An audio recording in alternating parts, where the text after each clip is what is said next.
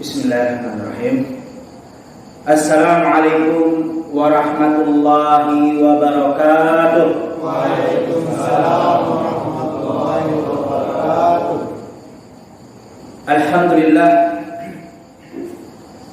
Alhamdulillahi rabbil alamin. Wa bihi nasta'inu ala umuri dunya waddin. Wassalatu wassalamu ala rasulina wa habibina Muhammad ibn Abdullah wa ala alihi wa ashabihi wa man walah, amma ba'd. Jamaah rahimani wa rahimakumullah. Alhamdulillah, kita selalu memuja dan memuji Allah Subhanahu wa ta'ala atas segala nikmat-nikmat yang telah Allah berikan kepada kita yang sangat banyak sekali. Yang mana salah satu daripada nikmat yang masih kita rasakan dan masih terus Allah Subhanahu wa ta'ala berikan kepada kita adalah nikmat keimanan, nikmat kesehatan, nikmat waktu luang, sehingga kita dapat melanjutkan peribadatan kita kepada Allah Subhanahu wa ta'ala.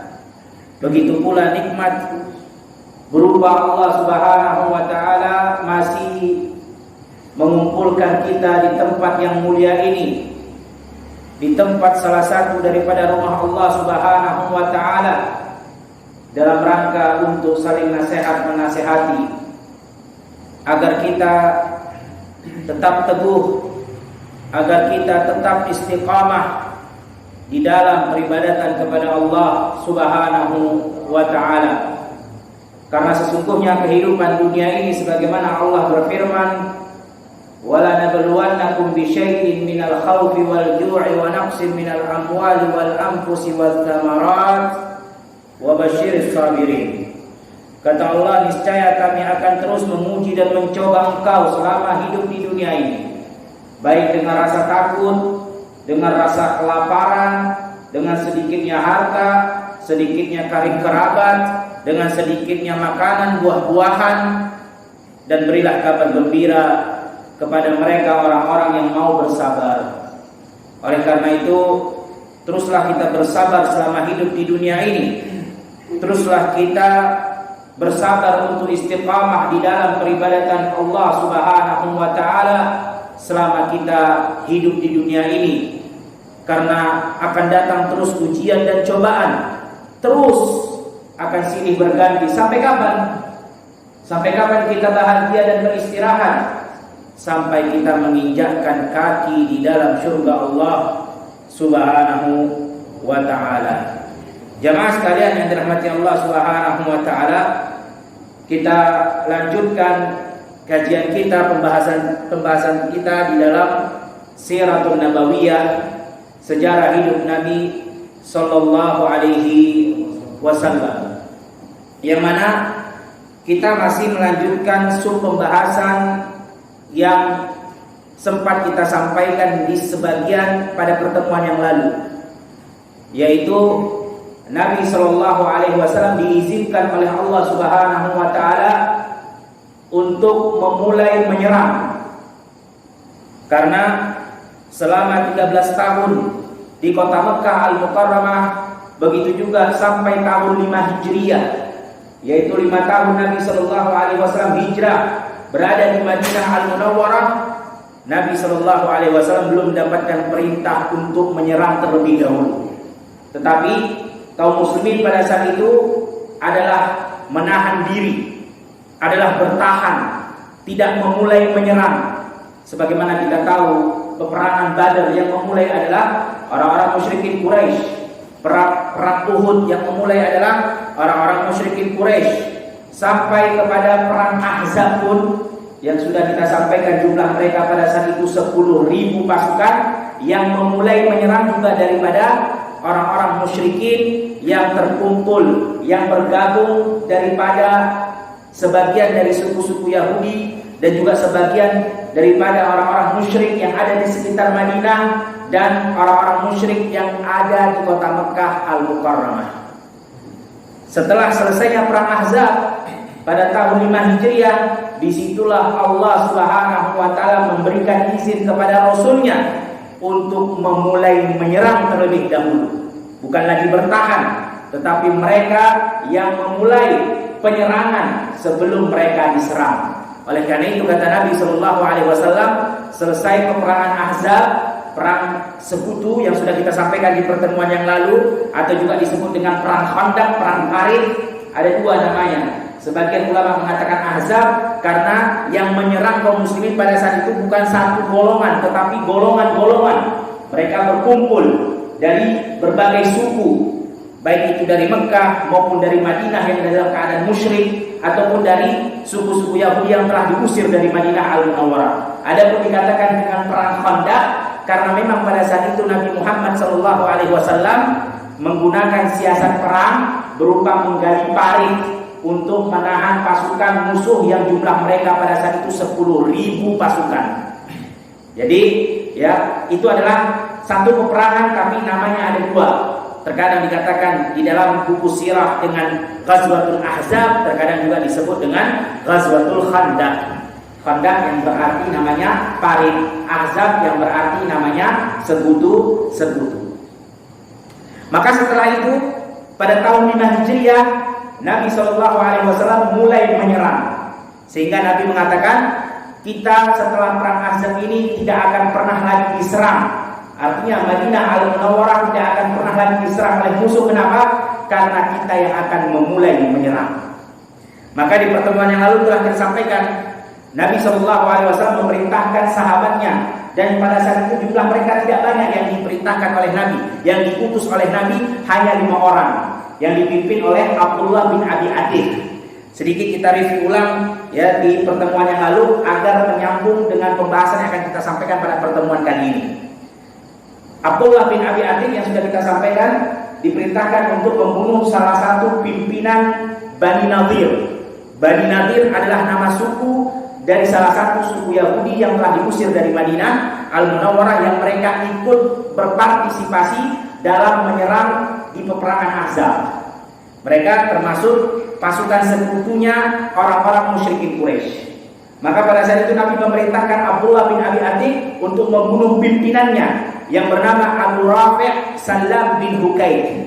Abu Rafi' Salam bin Hukaid, dan berhasil dibunuh dengan kisah yang telah kita sampaikan di pertemuan yang lalu, sampai akhirnya Abdullah bin Abi Atiq ya kakinya patah dan kemudian disembuhkan oleh Nabi Sallallahu Alaihi Wasallam dengan mukjizat yang Allah berikan kepada Rasulullah berupa Nabi meludahi kaki yang tadinya patah ya, kakinya Abdullah bin Abi Atiq, kemudian seketika sembuh. Bahkan Abdullah bin Abi Atiq mengatakan seolah-olah kakiku tidak pernah sakit, seolah-olah kakiku tidak pernah sakit. Kemudian Nabi Shallallahu Alaihi Wasallam memerintahkan lagi sahabat yang lain yang jumlah mereka pada saat itu 40 orang untuk menyerang suku Bani Bakar. Suku Bani Bakar juga salah satu suku yang ikut berpartisipasi di perang Ahzab, ikut ya termasuk daripada pasukan sekutunya orang-orang musyrikin Quraisy. Bani Bakar yang mereka kampung halamannya di sekitar kota Madinah, tapi dalam keadaan musyrik. Nabi Shallallahu Alaihi Wasallam mengutus 40 sahabatnya, nggak banyak, 40 orang aja. Kalau tadi 5 orang, ini 40 orang yang dipimpin oleh Muhammad bin Maslamah untuk menyerang suku Bani Bakar. Maka pada saat itu para sahabat-sahabat Nabi Shallallahu Alaihi Wasallam berhasil mengalahkan suku Bani Bakar. Perhatikan jamaah, di sini kita bisa mengambil satu pelajaran, bahwasannya kemenangan yang Allah berikan kepada kaum muslimin bukan karena jumlah, bukan karena senjata, tetapi karena ketakwaan dan keimanan mereka kepada Allah Subhanahu wa Ta'ala. Dan memang di seluruh peperangan Islam, kita lihat di perang Badar, jumlah kaum muslimin jauh lebih sedikit daripada jumlah musuh. Di perang Badar jumlah kaum muslimin hanya 315 orang sekian. Ada yang mengatakan 312, ada yang mengatakan 315, pokoknya 319 orang sekian. Melawan berapa orang musuhnya? 1000. Begitu juga di perang Uhud, yang mana jumlah kaum muslimin pada saat itu awalnya 1000 orang, kemudian mundur 300 orang karena terkena fitnah daripada orang-orang munafik. Ya, orang-orang munafik mengeluarkan fitnah, akhirnya 300, kembali sisalah 700. Melawan berapa pasukan musuh? 3.000 pasukan. Jumlahnya jauh. Begitu juga di perang Ahzab. Pada saat itu kaum muslimin hanya berjumlah 1.000 orang. Melawan berapa pasukan musuh? 10.000 pasukan musuh. Jumlahnya jauh lebih sedikit daripada pasukan musuh. Tetapi kata Allah Subhanahu wa taala, "In tansurullah yansurkum." Kalau kalian betul-betul menolong Allah, betul-betul karena Allah, beriman dan bertakwa kepada Allah, Allah yang akan tolong. Makanya kata Allah Subhanahu wa taala, "Idramaita wa ma ramaita idramaita walakinallaha rama." Kata Allah, ketika Nabi Muhammad SAW melempar, memang betul Nabi Muhammad melempar, tetapi sesungguhnya itu adalah Allah yang melemparnya. Makanya ya, Nabi SAW ketika melempar segenggam pasir, semua butiran pasir tersebut masuk ke dalam mata musuh pada saat itu. Itu semua karena Allah Subhanahu wa taala. Ya. Walakinallaha qatalahu. Kata Allah Subhanahu wa taala, Allah yang membunuh mereka semua, musuh-musuh Allah Subhanahu wa taala. Oleh karena itu jamaah, kemenangan yang Allah berikan kepada kaum muslimin, kepada para sahabat-sahabat Nabi, itu bukan karena jumlah, tetapi karena keimanan dan ketakwaan mereka kepada Allah Subhanahu wa taala. 40 tadi. 40 pasukan sahabat Nabi sallallahu alaihi wasallam yang dipimpin oleh Muhammad bin Maslamah menyerang suku Bani Bakar. Dan mereka berhasil mengalahkan suku Bani Bakar dan mendapatkan ghanimah yang sangat banyak. Disebutkan mereka mendapatkan 3.000 ekor onta dan 1.000 ekor kuda. Ini harta rampasan perang yang begitu mahal pada saat itu. 3.000 ekor onta dan 1.000 ekor kuda. Dulu nggak ada mobil mewah, dulu nggak ada namanya di situ ya perhiasan dan lain-lain. Harta yang paling mahal adalah berupa hewan, berupa ya tanah dan buah-buahan hasil cocok tanam dan lain-lainnya. Kemudian ketika mereka akan kembali ke kota Madinah Al-Munawwarah membawa harta rampasan perang yang begitu banyak dengan tawanan-tawanan perang yang mereka dapatkan dari suku Bani Bakar, ketika mereka akan kembali ke Madinah, ternyata ada seseorang yang kebetulan lewat di sekitar perkampungannya Bani Bakar. Kebetulan lewat, ya, pengembara lewat di kampungnya Bani Bakar yang sudah diserang dan ditaklukkan oleh kaum muslimin yang dipimpin oleh sahabat Nabi bernama Muhammad bin Maslamah. Namanya namanya Sumamah bin Gusal. Nama orang yang kebetulan lewat tadi bernama Sumamah bin Gusal. Dan dia adalah dari suku Bani Hanif. Dia bukan dari suku Bani Bakar. Dia dari suku lain, jauh. Suku yang berada di Yamamah yang dekat di sekitar kota Mekah Al-Mukarramah. Ya, berada dekat dari kota Mekah Al-Mukarramah. Dan Sumamah bin Gusal ini dalam keadaan musyrik pada saat itu. Dia kebetulan lewat mau pulang ke kampung halamannya. Lewatlah di suku Bani Bakar dan dia tidak mengetahui kalau suku Bani Bakar telah ditaklukkan oleh kaum muslimin. Kebetulan lewat dan berjumpa dengan pasukan kaum muslimin. Pasukan kaum muslimin pun mengira ini adalah bagian daripada suku Bani Bakar. Ya, bagian daripada suku Bani Bakar. Akhirnya mereka pun menawan Sumamah. Ditawan. Karena kaum muslimin mengira, ini sukunya Bani Bakar ini termasuk tawanan perang, tawan. Ya, mereka tidak mengenali siapa Sumamah bin Gusal. Sumamah bin Gusal adalah pimpinan suku Bani Hanif yang ada di Yamamah. Yamamah nama tempat ada di sekitar kota Mekah Al-Mukarramah, tidak jauh dari kota Mekah Al-Mukarramah. Maka ditawanlah dan dimasukkan ke dalam tawanan perang dan dibawa ke kota Madinah Al-Munawwarah untuk ya diberikan kepada Nabi Shallallahu Alaihi Wasallam. Karena kita sudah sampaikan ghanimah, harta rampasan perang itu harus diberikan kepada Nabi Shallallahu Alaihi Wasallam terlebih dahulu. Kemudian Nabi akan membagi-bagikannya kepada pasukan perang. Karena memang Nabi Shallallahu Alaihi Wasallam yang sebagai pimpinan pada saat itu. Jadi semua harta rampasan perang dikumpulkan menjadi satu, diberikan kepada Nabi, dan kemudian Nabi Shallallahu Alaihi Wasallam yang akan membagi-bagikannya. Termasuk tawanan perang juga dibawa ke Madinah Al-Munawwarah. Maka pada saat itu Nabi Shallallahu Alaihi Wasallam melihat Sumamah bin Gusal dan Nabi kenal dengan Sumamah bin Gusal karena Sumamah bin Gusal adalah termasuk yang memang dahulu Nabi Shallallahu Alaihi Wasallam sempat bertemu dengannya ketika beliau Nabi Muhammad masih berada di kota Mekah Al-Mukarramah. Maka pada saat itu Nabi mengatakan kepada pimpinan pasukan yang bernama Muhammad bin Maslamah, kenapa engkau tawan Sumamah? Ya, bukankah aku memerintahkan untuk menyerang suku Bani Bakar? Kenapa engkau menyerang suku lain? Perhatikan jamaah, Nabi Shallallahu Alaihi Wasallam walaupun memerintahkan para sahabatnya untuk menyerang terlebih dahulu, tetapi Nabi Shallallahu Alaihi Wasallam memfokuskan kepada musuh. Nabi Shallallahu Alaihi Wasallam tidak memerintahkan para sahabatnya untuk menyerang sembarangan yang tidak dijadikan sebagai target maka tidak diserang. Ya, perhatikan bagaimana Nabi Shallallahu Alaihi Wasallam memberikan ya wejangan kepada para sahabat-sahabatnya yang akan diutus untuk menyerang. Maka kata Muhammad bin Maslamah, dia kebetulan lewat di tempat medan peperangan yaitu kampungnya Bani Bakar dan kami kira dia bagian dari Bani Bakar, makanya ditawan. Maka Nabi Shallallahu Alaihi Wasallam mengatakan ya sudahlah, kalau memang ya dia sudah dimasukkan ke dalam tawanan dan pada saat itu Sumamah pun masih dalam keadaan musyrik, belum beriman kepada Allah Subhanahu Wa Taala. Tapi kata Nabi Shallallahu Alaihi Wasallam, ikat dia di tiang Masjid Nabawi. Nah, ikat dia di tiang Masjid Nabawi. Jadi ada satu tiang sampai sekarang namanya tiang Sumamah.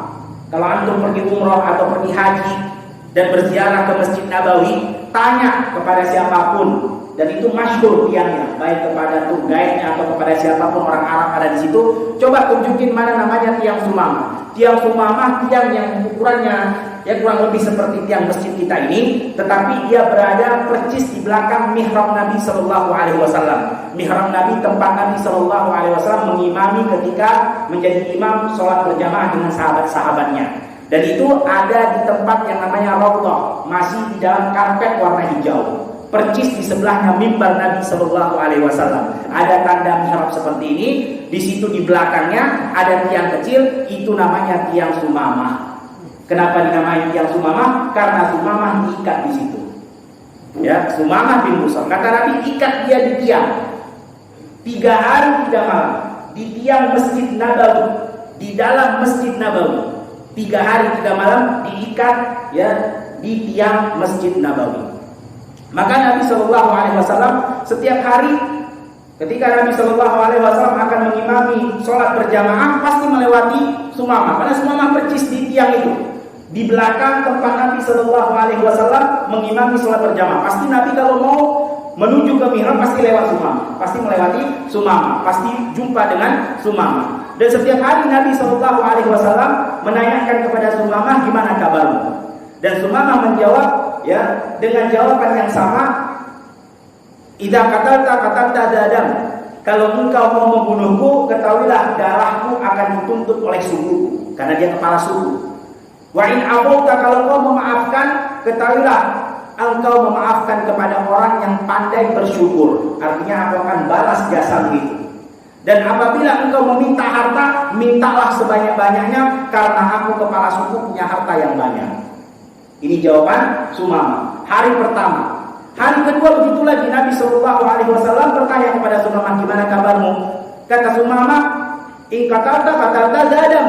Sama jawabannya seperti hari pertama. Kalau kau mau bunuh, bunuhlah. Tapi ingat, darahku akan dituntut oleh sukuku karena aku pimpinan mereka. Kalau engkau memaafkan, maafkanlah. Dan engkau akan memaafkan kepada orang yang pandai bersyukur. Artinya, saya akan balas jasamu itu. Kalau kau meminta harta, mintalah sebanyak-banyaknya. Karena dia kepala suku, dia akan berikan harta sebanyak-banyaknya yang kau minta. Hari kedua, jawabannya begitu.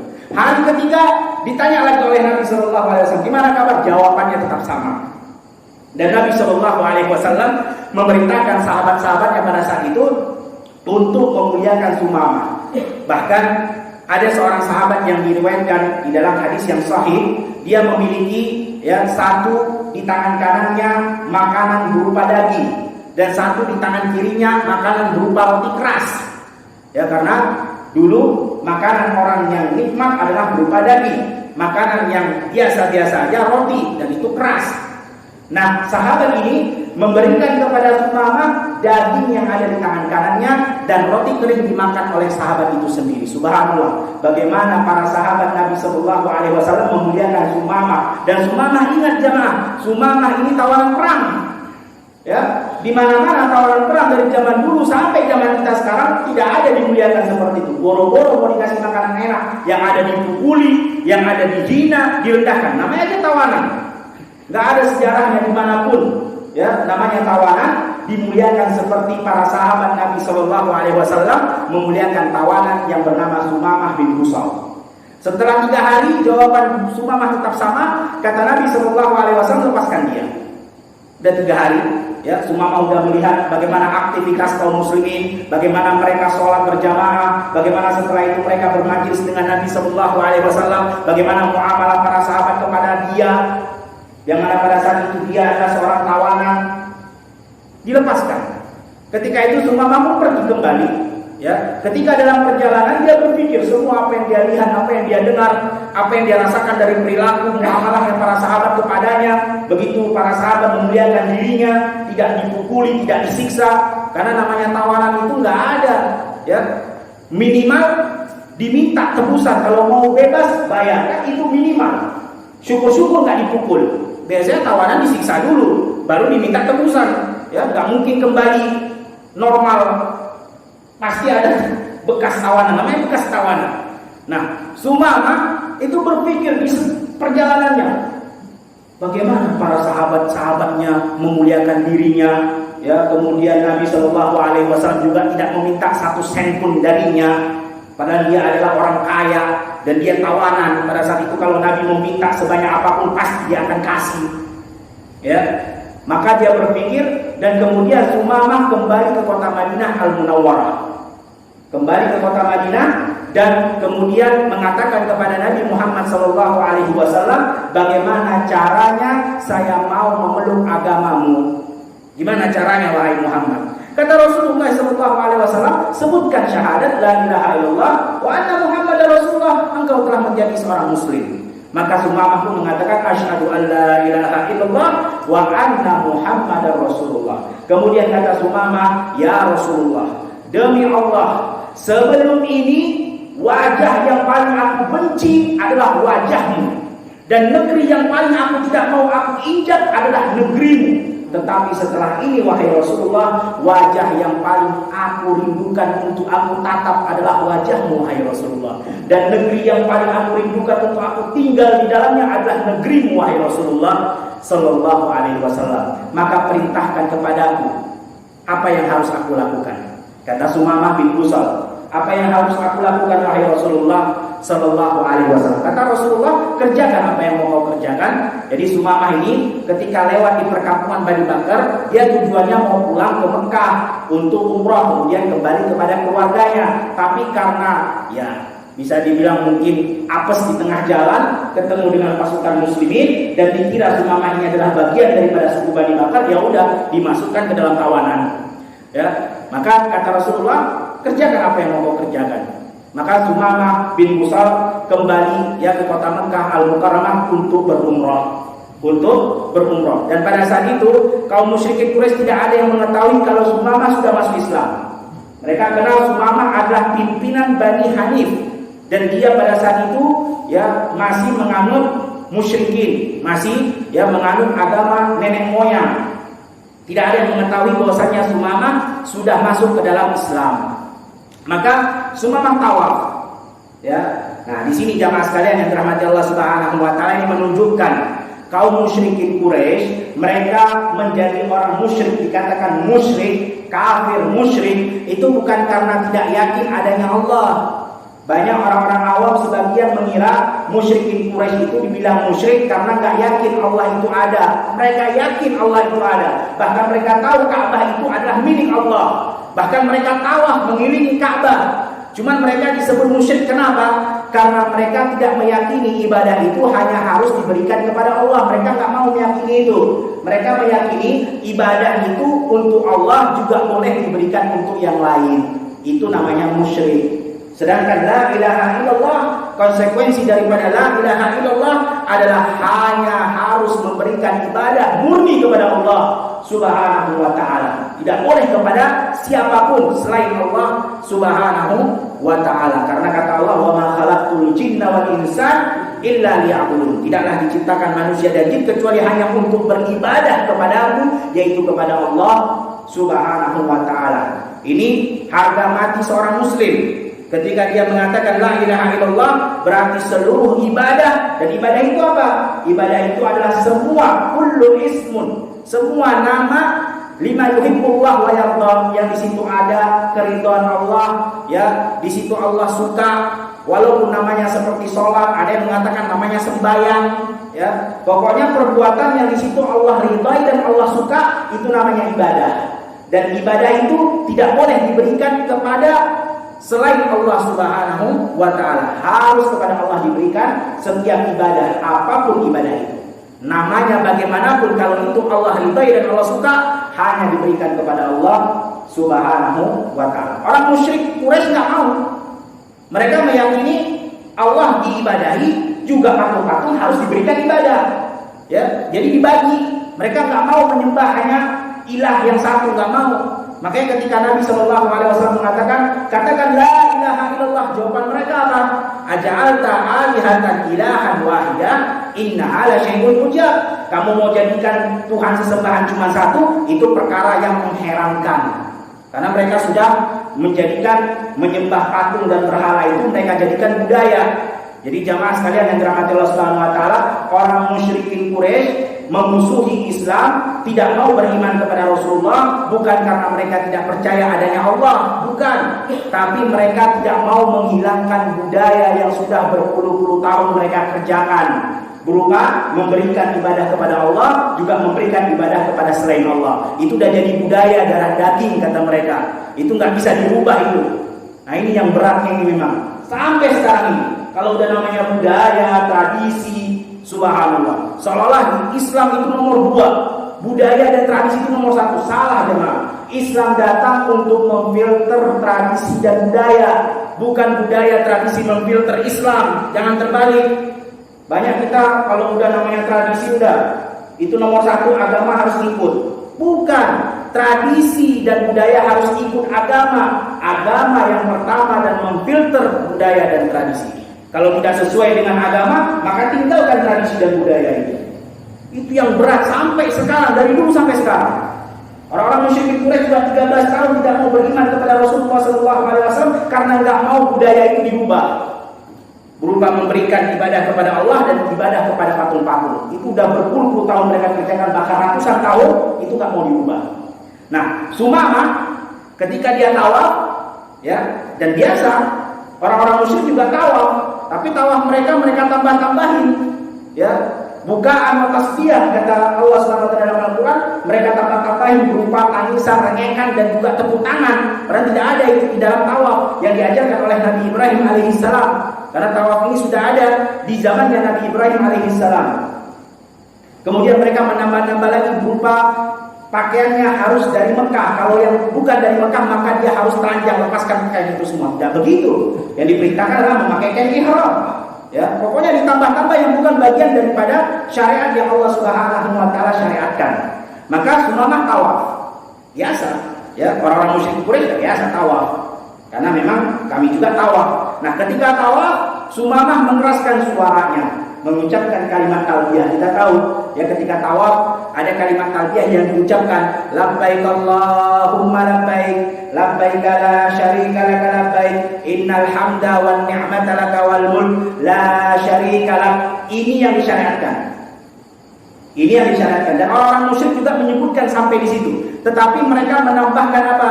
Illa syarikan huwalak tamlikuhu wa ma malak, kecuali sekutu yang memang menjadi sekutumu dan menguasai apa yang engkau kuasai wahai Allah.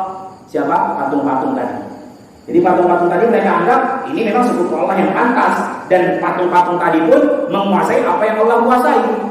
Jadi Allah mengatur alam semesta bersama dengan patung-patung juga punya andil mengatur alam semesta itu yang mereka yakini. Ya, nah Sumamah nggak mau nyambung itu. Sebelum masuk ke dalam Islam, Sumamah sebutin itu dan orang-orang musyrik Quraisy sudah tahu. Ya, pasti semua orang musyrik pasti akan menyambungnya. Illa syarikan huwa lak tamlikuhu wa ma malak. Kemudian kembali labbaik Allahumma labbaik, labbaik. Pokoknya disambung illa syarikan huwa lak tamlikuhu wa ma malak. Sumama udah enggak mau nyambung. Pokoknya cukup berhenti labbaik Allahumma labbaik, labbaik la syarika lak labbaik, innal hamda wa ni'mata lak wal mulk la syarika lak. Berhenti di situ. Sambung lagi dari awal. Terus begitu.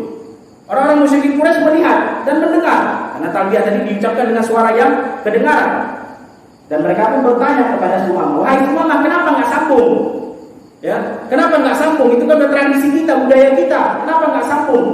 Karena mereka mencurigai Sumamah ini sudah masuk Islam.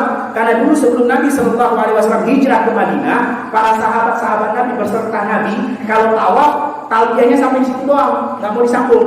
Karena itu kalimat syirik. Illa syarikan huwa lak tamlikuhu wa ma malak, tidak ada itu. Kata Sumamah, apakah itu benar yang harus disambung? Kata orang-orang musyrikin Quraisy, "Lah itu kan sudah tradisi budaya kita, sambunglah. Kamu kan berada di atas agama nenek moyang. Ini adalah tradisi nenek moyang kita, sambung." Kata Sumamah, "Aku nggak mau sambung." Kata orang-orang musyrikin Quraisy, "Kami ingat dulu Muhammad dan para sahabat-sahabatnya melakukan seperti apa yang kau lakukan. Apakah kau telah menganut agama Muhammad?" Kata Sumamah, "Iya." Maka pada saat itu orang-orang musyrikin Quraisy memukuli Sumamah dan diikat di tiang. Diikat di tiang. Ya. Kemudian sukunya pun dari Bani Hanif datang. Karena ini kepala sukunya mereka. Dipukuli, datang. Jadi orang-orang terdahulu jamaah sekalian yang dirahmati Allah Subhanahu wa taala, walaupun suku mereka sudah masuk dalam Islam tapi namanya kesukuan itu kuat. Apapun kalau itu atas nama suku, satu orang tersakiti, maka yang lain akan menuntut. Itulah dulu tradisi jahiliyah. Ya. Maka suku-sukunya mengatakan lepaskan Sumamah. Sumamah itu pimpinan kami. Maka dilepaskanlah Sumamah dan Sumamah pun mengatakan kepada orang-orang musyrikin Quraisy, "Demi Allah, tidak akan ada masuk sebutir hanzal." Hanzal itu gandum. Sebutir gandum pun ke kota Mekah Al-Mukarramah. Jadi Yamamah ini tempatnya suku Bani Hanif yang dipimpin oleh Sumamah yang dipukuli tadi oleh orang-orang musyrikin Quraisy, itu adalah penghasil gandum terbesar dan orang-orang Mekah semua mengambil gandum dari kampungnya Yamamah yang dipimpin oleh Sumamah bin Busal. Kalau seandainya gandum disetok dari Yamamah, orang Mekah nggak makan pada saat itu. Karena makanan orang dulu roti terbuat dari tepung itu gandum, nggak ada itu namanya beras belum ada. Ya, kalau sekarang alhamdulillah udah melimpah semua makanan macam-macam di kota Mekah Al-Mukarramah. Dulu makanan mereka paling pokok adalah roti, dan roti dibuat dari gandum. Kata Sumamah, "Demi Allah, tidak akan masuk satu butir gandum pun ke Mekah Al-Mukarramah sampai kalian minta izin ke Nabi Muhammad sallallahu alaihi wasallam. Kalau Nabi Muhammad bilang tidak, habis kalian mati kelaparan. Kalau Muhammad sallallahu alaihi wasallam bilang iya, kami akan kirim gandum untuk kalian." Kata Sumamah. Datang Abu Sufyan, "Wah, bahaya ini. Bisa mati kelaparan kita satu kota Mekah kan gitu. Makan apa kalau nggak ada gandum? Nggak ada gandum, nggak ada roti. Nggak ada roti seperti nggak ada beras kalau di tempat kita. Nggak ada beras, mau makan apa kita? Ya kan? Dan dulu satu-satunya penghasil beras ya di Yamamah, atau penghasil gandum ya di Yamamah. Wah, bahaya ini. Ya, Abu Sufyan pun merayu Sumamah, tapi Sumamah bilang tidak kecuali dengan izin Nabi Muhammad SAW. Terpaksa orang-orang Quraisy datang ke Madinah.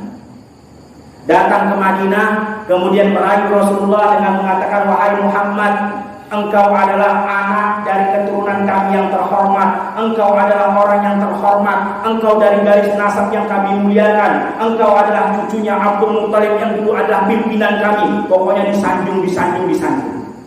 Kata Nabi Muhammad SAW, "Ya sudahlah, ambillah gandum itu, berikan ya wahai Sumamah gandum kepada mereka." Perhatikan jemaah, bagaimana Allah Subhanahu wa taala memuliakan Islam karena satu orang, Sumamah bin Busal. Dan bagaimana Sumamah menganut agama Islam karena apa? Karena muamalahnya Nabi dan para sahabat-sahabat Nabi sallallahu alaihi wasallam. Makanya kata Nabi sallallahu alaihi wasallam, "Innama bu'istu liutammima makarimal akhlaq."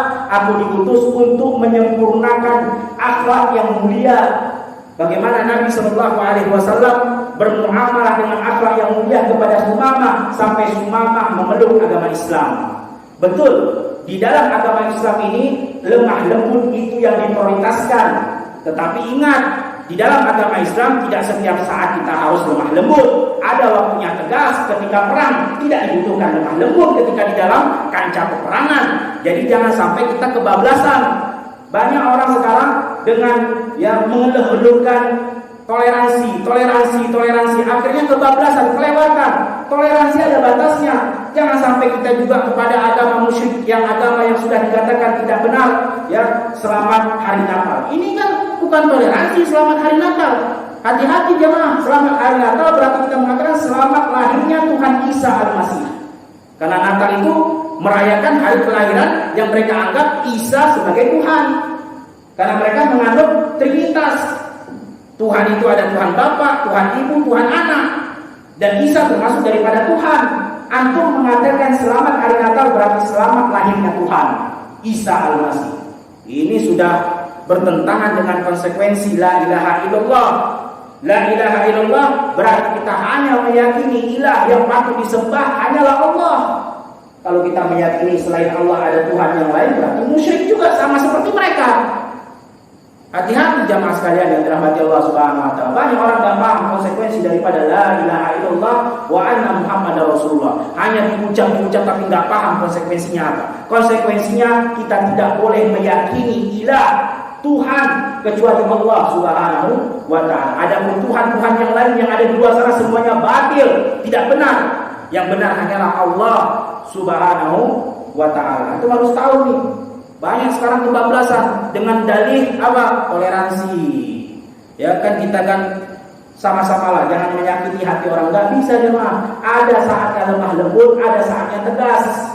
Lakum dinukum waliyadin. Itu udah jelas. Al-yawma akmaltu lakum dinakum. Hari itu Nabi SAW telah dikatakan oleh Allah disempurnakan agama Islam untuk kalian. Sudah sempurna, agama yang lain berarti tidak sempurna. Dan telah ridha Allah Subhanahu wa taala dengan Islam berarti agama selain Islam Allah enggak ridha. Itu konsekuensi firman Allah Subhanahu wa taala, "Al-yauma akmaltu lakum dinakum wa atmamtu 'alaikum ni'mati wa raditu lakumul Islam dinan." Berarti kalau kita menganggap wah ada agama ini juga sama lah, ini semua sama-sama agama dari langit, itu berarti antum menganggap Islam itu belum sempurna dan ada agama selain Islam yang Allah ridhai. Nah, ini nggak benar jamaah sekalian. Ada waktunya lemah lembut, ada waktunya tegas, ada waktunya di situ tidak butuh lemah lembut. Ketika peperangan tidak butuh lemah lembut. Ya, jangan sampai ditempelin pipi kanan dikasih pipi kiri. Ini kan orang goblok namanya. Lagi perang, ya mau dibacok, nggak apa-apa bacok aja. Masya Allah. Baik. Kemudian Nabi Shallallahu Alaihi Wasallam memerintahkan lagi sahabatnya yang lain untuk menyerang Bani Lihyan.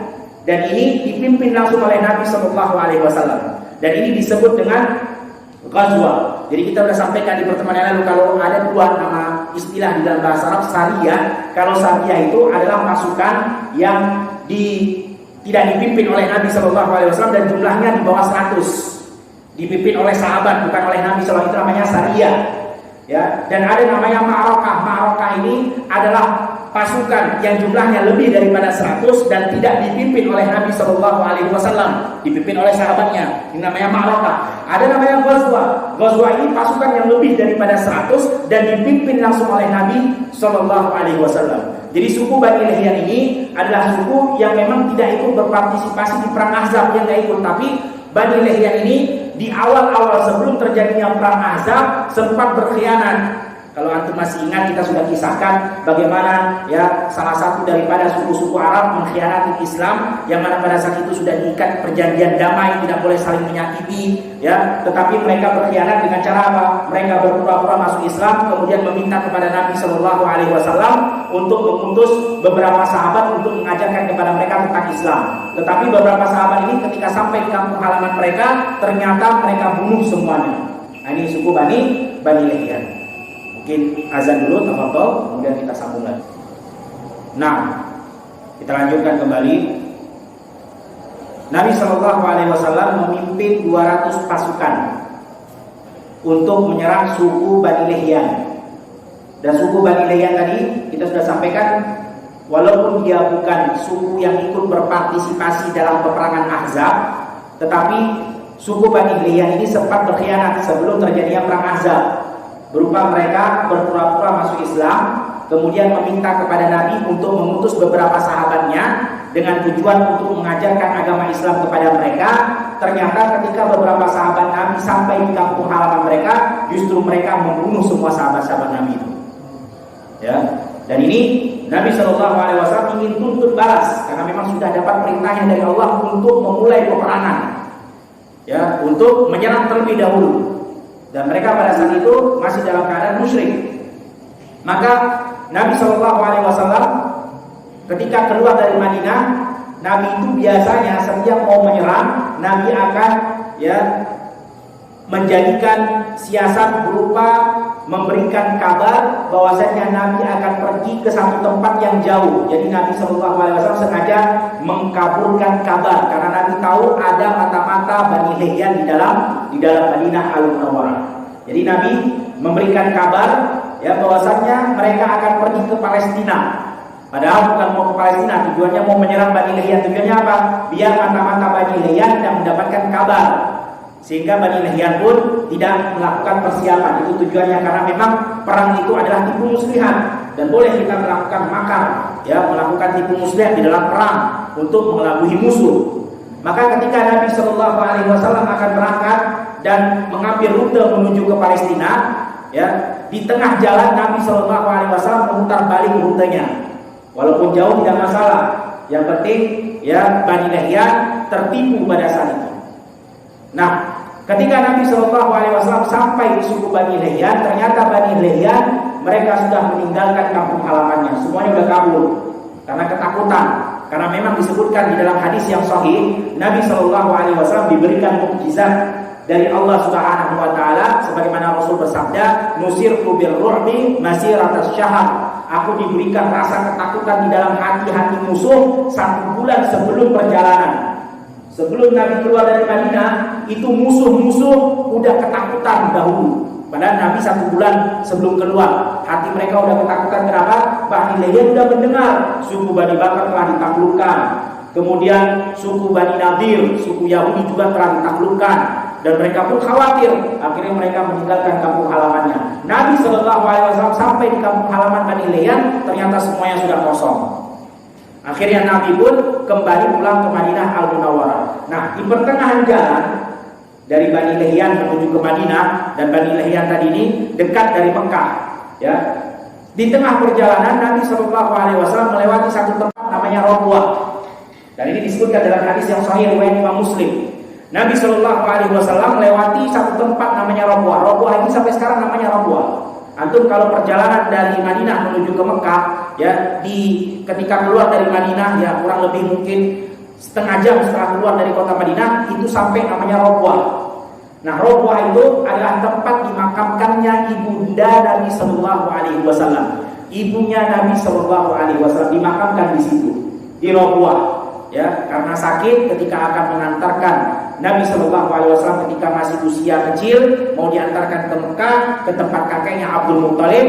Ibunda Nabi Shallallahu Alaihi Wasallam wafat di perjalanan dan dimakamkan di tempat namanya Rabwah. Di tempat namanya Rabwah. Dan Nabi Shallallahu Alaihi Wasallam meminta izin kepada Allah untuk menziarahi makam ibunya. Dan ini dalam riwayat Imam Muslim, hadis yang sahih. Allah berikan izin ketika Nabi SAW meminta ampunan kepada ibunya, istighfar untuk ibunya, maka Allah Subhanahu wa taala menolaknya. Allah Subhanahu wa taala menolaknya. Ini hadis yang sahih dan dijelaskan oleh seluruh para ulama.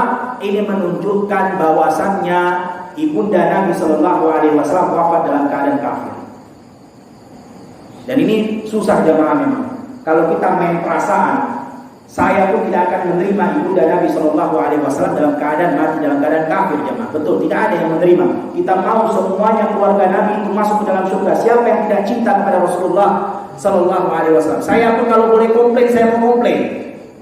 Tapi nggak bisa, karena riwayat yang mengatakan, hadis riwayat Imam Muslim yang sahih mengatakan seperti itu dan dijelaskan oleh para ulama.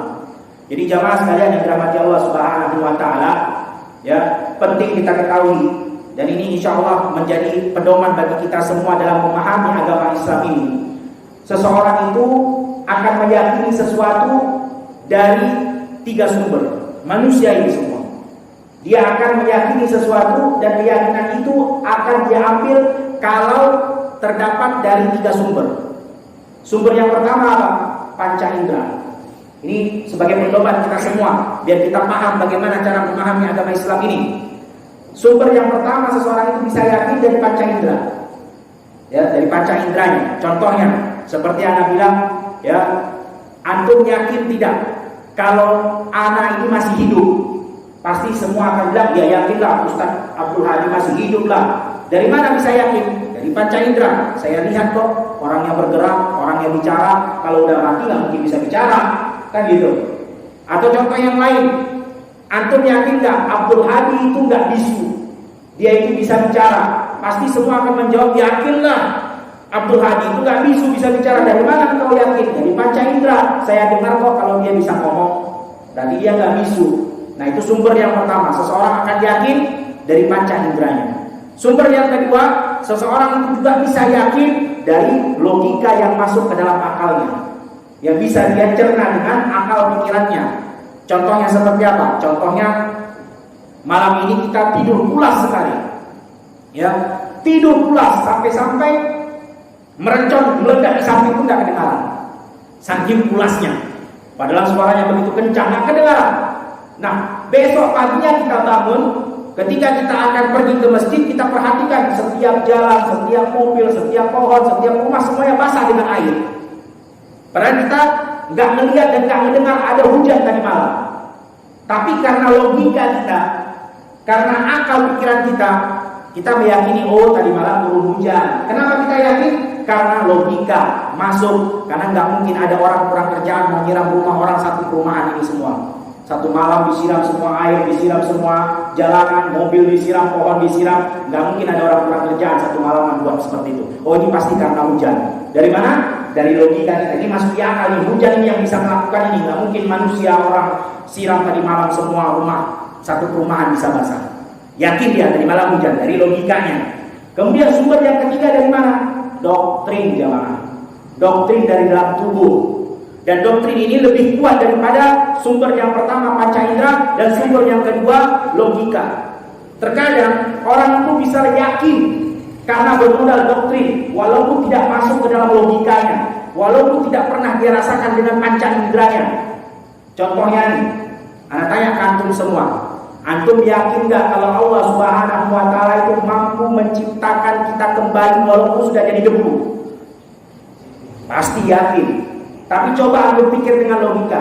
Nggak ada logika yang menerima. Gimana caranya? Contohnya ada orang yang mati tenggelam di laut, kemudian dimakan oleh ikan hiu, dan diproses di dalam perutnya ikan hiu, sampai akhirnya keluar menjadi kotoran. Kemudian dari kotoran ikan hiu dimakan lagi oleh hewan-hewan kecil yang ada di laut. Kemudian dicerna lagi dan keluar lagi jadi kotoran. Dari kotoran jadi kotoran lagi. Udah berapa kali proses itu? Dan kita yakin Allah Maha Mampu walaupun sudah jadi seperti itu untuk menciptakan manusia kembali di hari kebangkitan nanti. Dari mana kita bisa yakin? Logika nggak akan masuk. Mau pakai ilmu fisika, metafisika pun nggak akan ada yang menerima itu. Logika nggak akan bisa menerima. Makanya orang-orang ateis itu nggak mengakui adanya Allah karena nggak masuk di logika mereka. Gimana caranya Allah bisa menghidupkan kembali sudah jadi kotoran, jadi kotoran, jadi kotoran lagi? Makanya mereka tidak meyakini adanya Allah, orang-orang ateis, karena nggak masuk di logika mereka. Tapi kita nggak seperti itu. Kita yakin Allah Maha Mampu. Dari mana?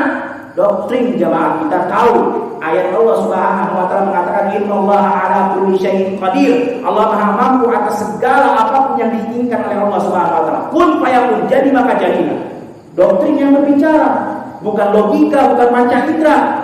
Nah, begitu juga jamaah, ketika kita meyakini hadis tadi, hadis yang sahih riwayat Imam Muslim, jangan memakai logika apalagi perasaannya. Karena nggak bisa, logika aja nggak sanggup mencerna, apalagi perasaan yang nggak stabil. Perasaan kita setiap harinya berubah, kadang sedih, kadang galau, kadang ketawa, kadang bahagia, kadang nangis. Perasaan semua nggak ada yang standar, nggak ada yang stabil. Kalau kita pakai perasaan, hancur agama ini. Satu perasaannya lagi senang, dia buat agama suka-suka dia. Satu perasaannya lagi sedih, dia buat sesuai dengan kesedihannya. Satu agama perasaannya lagi galau, dia buat agama jadi galau. Hancur lama-lama agama ini. Nah itu jamaah. Dalam memahami agama Islam, bukan hanya logika yang kita pakai, tapi juga terkadang doktrin yang dibutuhkan untuk melawan logika tadi. Walaupun termasuk, karena logika kita ini jamaah nggak sanggup jamaah. Logika kita ini, akal kita ini lemah, nggak sanggup. Mau antum anak kasih contoh betapa lemahnya logika ini. Ada satu contoh syariat yang tidak diperselisihkan, semua sepakat bahwasanya orang yang buang angin maka batal wudunya. Kalau dia mau sholat maka dia harus wudu lagi. Ini sepakat semua mazhab bahwasanya buang angin membatalkan wudu, dan orang yang mau sholat tidak akan sah kecuali dengan wudu.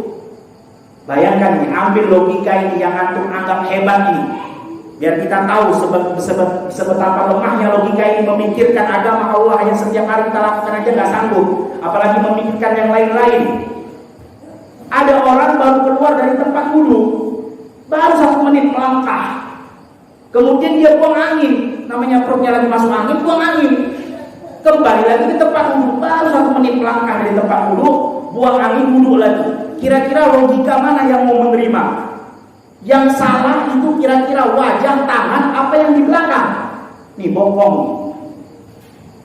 Yang keluarin angin itu bukan muka kita baru disiram 1 menit yang lalu. Masa disiram lagi untuk wudu? Pakai logika, nggak sanggup. Nggak sanggup jemaah. Tapi kerjakan. Kalau nggak begitu nggak sah sholatnya. Apa yang berbicara? Doktrin, bukan logika. Keimanan yang berbicara, kerjakan. Maka itulah ya kelebihan seorang mukmin. Mukmin itu adalah beriman artinya. Dia beriman kepada Allah walaupun tak masuk di logikanya. Oh itu mungkin ada yang berusaha untuk memikirkan, oh iyalah kan kalau seandainya bokongnya kotor, bokongnya juga harus disiram Ustaz. Kalau enggak sah, najis. Oke, kita datangkan lagi contoh yang lain. Kalau memang dia berusaha untuk memikirkan, walaupun itu nggak masuk akal, masa ada orang buang angin kotor juga itunya harus disiram? Ya nggak ada anggota wudu yang mengatakan bokong itu harus disiram. Anggota wudu itu wajah, tangan, rambut, telinga, kaki, belakang nggak dimasukkan ke dalam anggota wudu. Yang kedua, yang setiap hari juga pernah kita kerjakan, dan ini juga tidak ada perselisihan di antara para mazhab dan para ulama. Berupa apa? Berupa kalau kita namanya seorang musafir, Allah Subhanahu wa taala memberikan kemudahan salah satunya kepada orang musafir untuk berwudu dengan cara mengusap sepatunya tanpa harus dilepas. Karena seorang musafir susah ya, apalagi perjalanan jauh, pakai sepatu, mau buka sepatu lagi, buka lagi kaos kaki untuk nyiram, belum lagi kalau udah disiram basah nanti kena lagi di sepatu, berbau juga karena sudah lembab. Akhirnya Allah mudahkan, ya sudah seorang musafir boleh tidak melepas sepatunya, tapi harus usap bagian atas. Ambil logika kita, di mana logika sehat bisa menerima yang diusap sepatu bagian atasnya, padahal semua orang pasti akan mengatakan yang paling kotor itu di bawah apa di atas? Di bawah, karena di bawah untuk diinjak. Walaupun di atas kotor, tapi nggak sekotor yang di bawah. Nah kata Allah, usap yang di atas, di bawah nggak usah diusap. Logika mana yang menerima? Seharusnya akal sehat mengatakan yang kotor di bawah, yang di bawah juga ikut diusap. Tapi kata Allah yang di atas saja. Siapa yang mengusap di bawah, dia nggak tahu ikut mazhab siapa. Ini agamanya nggak tahu ulamanya siapa. Nggak ada ulama yang mengatakan di bawah harus diusap juga. Cukup di atas. Tapi nggak masuk di akal kita. Tapi harus dikerjakan. Kalau tidak dikerjakan nggak sah wudunya. Kalau nggak sah wudunya nggak sah sholatnya. Keimanan yang berbicara, doktrin yang berbicara, bukan akal. Nah, ini banyak orang begitu mendengar, Masya Allah, masa ibunya Rasul dikatakan kafir, ya Allah. Ya kalau kita main perasaan, saya juga paling tak menerima. Saya juga cinta kepada Rasulullah. Tapi mau gimana, doktrin yang harus berbicara ketika hadis sahih yang datang, riwayat Imam Muslim, dan semua para ulama mengatakan seperti itu maknanya. Jadi jamaah sekalian yang dirahmati Allah Subhanahu wa taala, penting kita ketahui ketika datang hadis, ketika datang ayat Al-Qur'an, maka ayat Al-Qur'an dan hadis itu pasti punya makna. Setiap kata di dalam Al-Qur'an dan hadis pasti punya makna. Karena kalau dia kata tidak punya makna, namanya bukan hadis, namanya bukan Quran. Nah, dalam memahami makna itu ada dua caranya. Yang pertama, makna itu diambil sesuai dengan tekstualnya. Contohnya kita mengatakan pulpen di atas buku. Ya, artinya ada satu pulpen di atas buku. Itu sesuai makna tekstual. Ya, begitu hukum dasarnya memahami setiap kata di dalam hadis dan di dalam Al-Qur'an. Nah, kemudian cara yang kedua, boleh kita mentakwil. Mentakwil itu artinya apa? Yaitu kita mendatangkan makna di luar daripada tekstual. Itu makna non tekstual. Kalau kita katakan pena di atas buku, oh itu artinya bukan pena. Itu artinya ya apa? Jarum. Karena kan jarum itu kan mirip-mirip pena, ujungnya juga lancip. Ya, pena kan ujungnya lancip, kemudian dia batang, begitu juga seperti jarum. Jarum kan juga batang. Oh itu artinya jarum di atas buku, bukan pena. Nah, cara yang kedua ini boleh jamaah. Tapi para ulama memberikan syarat yang ketat untuk mentakwil, mendatangkan makna di luar pada tekstualnya. Syaratnya apa? Harus ada dalil Al-Quran dan hadis. Boleh, bukan tak boleh. Tapi kalau ada Al-Quran dan hadis mengatakan makna itu maknanya seperti itu, maka boleh. Tapi kalau tidak ada dari Al-Quran dan hadis, maka tetapkan pada dasarnya, yaitu makna itu dibawa dengan tekstualnya. Tekstualnya mengatakan pulpen, ya pulpen. Jangan bilang jarum, jangan bilang HP. Udah beda ini HP dengan pulpen. Ya. Nah, tapi orang-orang yang mengatakan mereka itu ya lebih mengedepankan akalnya, mereka mengatakan selain daripada dalil Al-Quran dan hadis, boleh juga menambahkan akal. Nah, ini hati-hati jemaah. Ya, banyak orang mengakui kalau tidak ada di Al-Quran dan hadis maka pakai akal. Maka timbullah ucapan Ar-Rahman 'alal arsy istawa. Ar-Rahman itu beristiwa di atas arsy. Langsung Al-Quran sama hadis gak ada yang mengatakan makna istiwa itu adalah istaula, artinya menguasai. Maka mereka guna akal. Kenapa? Karena mereka mengatakan gak mungkinlah Allah di atas arsy. Kalau Allah di atas arsy berarti macam manusia dong, macam makhluk, butuh tempat. Nanti kalau Allah turun di mana di atas arsy? Gak ada orang dong. Nanti kalau Allah turun berarti Allah butuh kepada arah, sama seperti makhluk. Main akalnya. Akhirnya mereka mengatakan, oh arti istiwa itu bukan bersemayam, tapi istaula, berkuasa. Nah, ini nggak ada ya dalilnya jemaah, karena dalil itu Al-Quran dan hadis, akal bukan dalil. Karena kalau kita pakai dalil akal, kita udah bilang akal begitu lemah. Memikirkan wudu sama mengusap sepatu aja nggak sanggup. Bagaimana lagi mau memikirkan Allah Subhanahu wa Ta'ala? Akal kita ini lemah. Akal mengikuti agama, bukan agama mengikuti akal. Ini harus tahu. Maka mereka bilang, kita punya dalil, punya doktrin. Kita punya doktrin, kita udah bilang tadi, walaupun tak masuk di logika. Karena memang nggak bisa memikirkan bagaimana Allah Subhanahu wa Ta'ala bersemayam di atas. Nggak sanggup akal kita. Jangankan itu, masalah wudu aja tadi kita bilang nggak sanggup. Tapi yang berbicara doktrin, bukan logika. Allah sudah mengatakan laisa kamitslihi syai'un wa huwas samiul basir. Tidak ada yang serupa satupun dengan Allah Subhanahu wa Ta'ala. Yang sudah Allah bersemayam di atas arsy, bagaimananya, caranya, bentuknya itu sesuai dengan keagungan Allah. Sudah selesai. Apa susahnya? Tinggal kita mengembalikan ke hukum dasar, makna ditarik kepada tekstualnya, jangan ditarik kepada non tekstualnya. Apa susahnya mengatakan Allah di atas arsy? Lagi pula Allah mengatakan Samiul Basir. Nah, ini juga jamaah, ada dua orang ya yang mereka pertama mengatakan, oh Allah itu bukan bersemayam tapi berkuasa. Ada lagi, saya nggak mau pusing. Dibilang bersemayam nanti salah, dibilang juga berkuasa salah. Ya udah, saya nggak tahu. Nah, ini juga nggak bisa. Harus kita tetapkan apa yang Allah tetapkan, karena Allah telah mengatakan Samiul Basir. Allah Maha mendengar dan melihat, mengetahui. Harus kita tetapkan, karena ini adalah perintah Allah Subhanahu wa Ta'ala dalam Al-Quran. Apa yang Allah tetapkan di dalam Al-Quran kita tetapkan. Apa yang tidak Allah tetapkan maka jangan tetapkan. Itu adalah syariat Allah Subhanahu wa Ta'ala. Nah, hati-hati jamaah, ini adalah akidah. Akidah adalah penentu kita bahagia di surga atau neraka. Penentu kita bahagia di dunia dan akhirat itu adalah akidah. Maka pahamilah akidah yang benar. Salah satunya bahwasanya Allah Subhanahu wa taala bersemayam di atas arsy. Bagaimana caranya, gimana bentuknya, itu dikembalikan sesuai dengan keagungan Allah. Allah yang Maha tahu bagaimana Allah bersemayam. Kita hanya diperintahkan untuk menetapkan Ar-Rahman 'alal 'arsy istawa. Sudah mudah insya Allah. Kalau seandainya kita kembalikan hukum asal makna itu ditarik kepada tekstualnya, maka tidak akan ada perselisihan. Tapi orang-orang tidak mau kecuali dengan logikanya. Kalau bukan logika, perasaan, itulah yang membuat pecah kaum muslimin. Ada satu yang mentuhankan akalnya, ada yang satu lagi mengedepankan perasaannya, hancur. Ya, seperti tadi salah satunya kita sebutkan di dalam riwayat Imam Muslim, ketika Nabi Shallallahu Alaihi Wasallam meminta izin kepada Allah untuk beristighfar, meminta ampunan kepada ibunya, Allah menolaknya.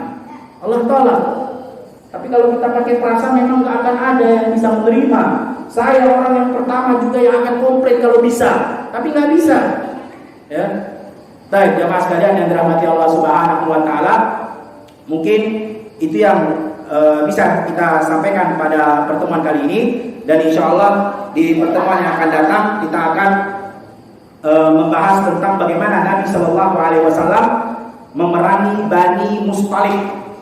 Yang di situ nanti akan ada kisah, salah satunya adalah kisah tentang kisah tentang fitnah yang memfitnah Ummul Mukminin Aisyah binti Abi Bakar radhiyallahu anha. Ya, yang kisah yang sangat masyhur yang disebutkan di dalam hadis yang sahih, bagaimana fitnah menimpa Ummul Mukminin Aisyah binti Abi Bakar radhiyallahu anhuma ketika selesainya perang Bani Mustalik.